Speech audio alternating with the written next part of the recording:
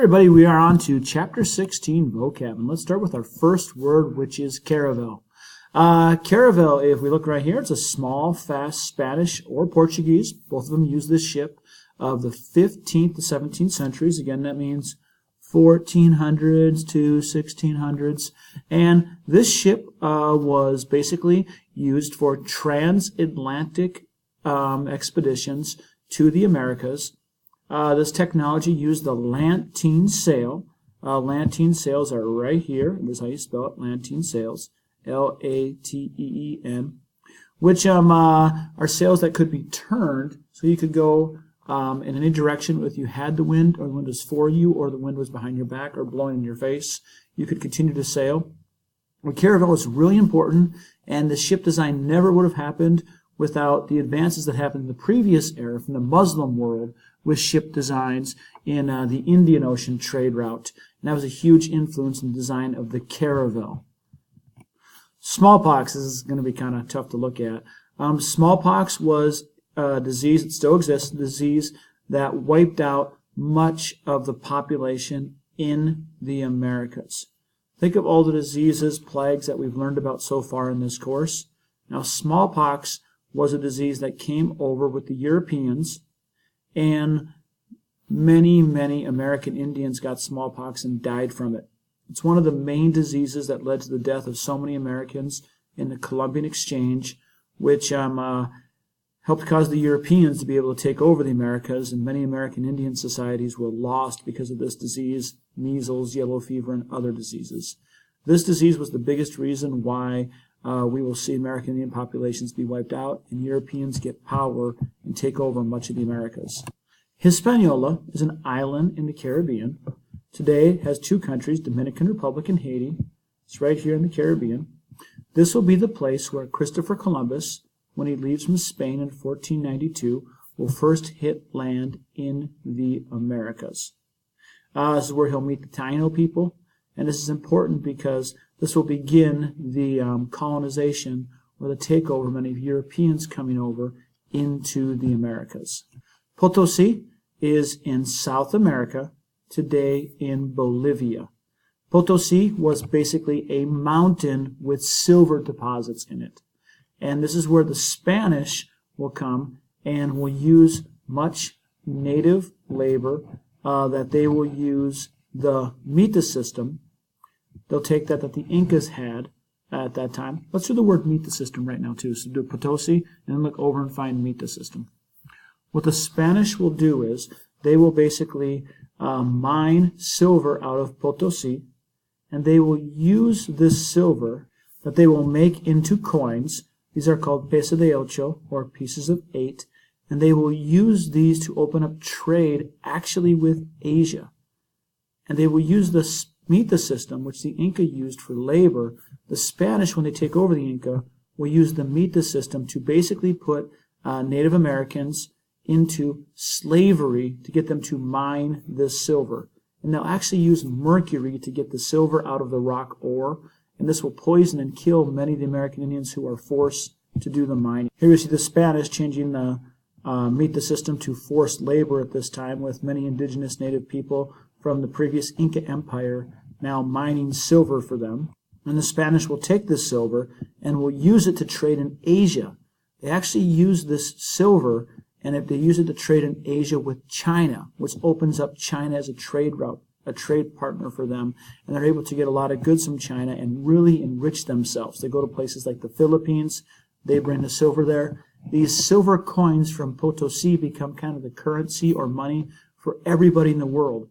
In fact, even the Taj Mahal, which is built all the way in India, is paid for with Spanish silver, because Spanish silver becomes the money or currency of much of the world at this time. Galleons are large Spanish ships. These are bigger than the caravels that we saw. And the galleon will be used for many, many purposes. It will be used originally as a warship. However, it will also be used for carrying all of that silver to Asia. Galleons will also be used in the transatlantic slave trade, bringing Africans into the New World or the Americas. Sugarcane and tobacco. Sugarcane and tobacco will become products that are going to be grown in the Americas. They will be controlled by the Europeans, who will come in and begin growing tobacco and sugarcane to make money. This money will make them very rich, and they will use slave labor, which originally was from American Indians, but many of them died of smallpox or escaped, so they will bring in African slaves who will begin planting sugarcane and tobacco. I talked about the island of Hispaniola. This area, Haiti, Dominican Republic, will become an area where much sugarcane will be grown, and there will be many, many slaves brought in from Africa who will be forced to grow this sugarcane. Tobacco will also become very profitable in places like Virginia. You're going to get mad at me, but skip to Virginia, Jamestown. So Jamestown, which was a colony in Virginia. This is a joint stock company, so it's a private company that England gives money to. Many people buy their stock to invest in this colony, and at first they try to get gold in Jamestown, Virginia, but then they decide to instead grow tobacco. So many people invest in this for tobacco, and tobacco is grown in Jamestown. And yes, with much slave labor brought in from Africa after time as well. And this is actually the oldest, basically, English colony in what will become the United States of America. So the United States of America actually does start off as a joint stock company venture, growing tobacco, making a profit. Please skip to the word Taino right now. The Taino were the first American Indians whom Columbus met when he came to the island of Hispaniola. The Taino were an American Indian population who lived all over the Caribbean, had millions in numbers. Unfortunately, when Columbus comes, many of them will get diseases like smallpox, and also many of the Spanish conquistadores who come over will take over this land and will put many of the Taino into slavery. This causes many of them to die along with the disease and horrible working conditions, and the Taino are nearly wiped out. They're not wiped out completely because many people in the Caribbean still have Taino blood in them, and there still are a few people who consider themselves to be Taino or a strong part of the Taino culture today. When many of the European explorers were coming to the Americas, they wanted to get to Asia. That was where they wanted the big trade happening, especially with China and other Asian countries, especially for spices, tea, and other things that they could trade. Spices were really valuable. So they wanted to get spices, so they wanted to get through the Americas or around them. And one way they wanted to do it was a northwest passage, which was to get through the Americas by going north. This passage at this time was never really found, but many people wanted to find it. It led to the Europeans discovering Hudson Bay for themselves and other areas, but the Northwest Passage was never really found at this time. This is the most important word in the chapter, the Columbian Exchange. The Columbian Exchange was an exchange of foods, products, diseases, and animals from Europe and Africa, considered the Old World, and the Americas, considered the New World. So many goods that were just on this side of the world, between Europe, Asia, and Africa, came over with the European explorers into the New World, the Americas, and many of these products in the Americas came over to Europe, Africa, and Asia as well.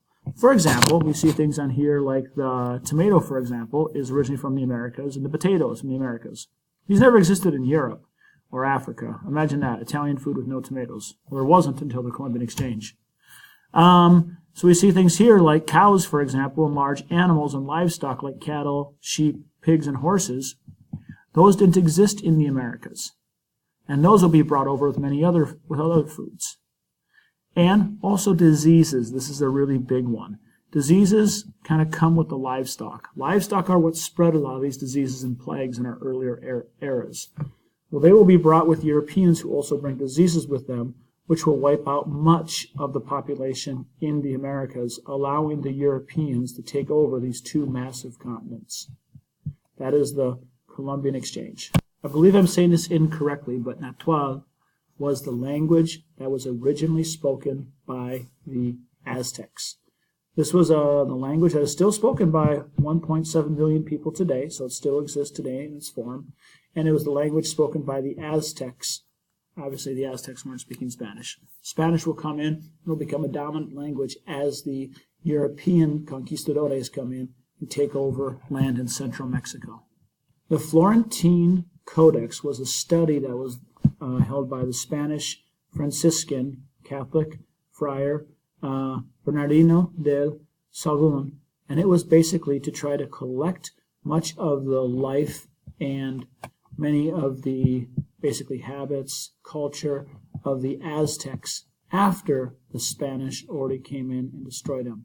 Now, codices or codex already survived were already in the Aztec kingdom, but much of them were destroyed as the Spanish came in. So the Florentine Codex was really important because it gave us, even though it was done by a European, it gave us some insight on what Aztec culture was like, and it was written down and recorded.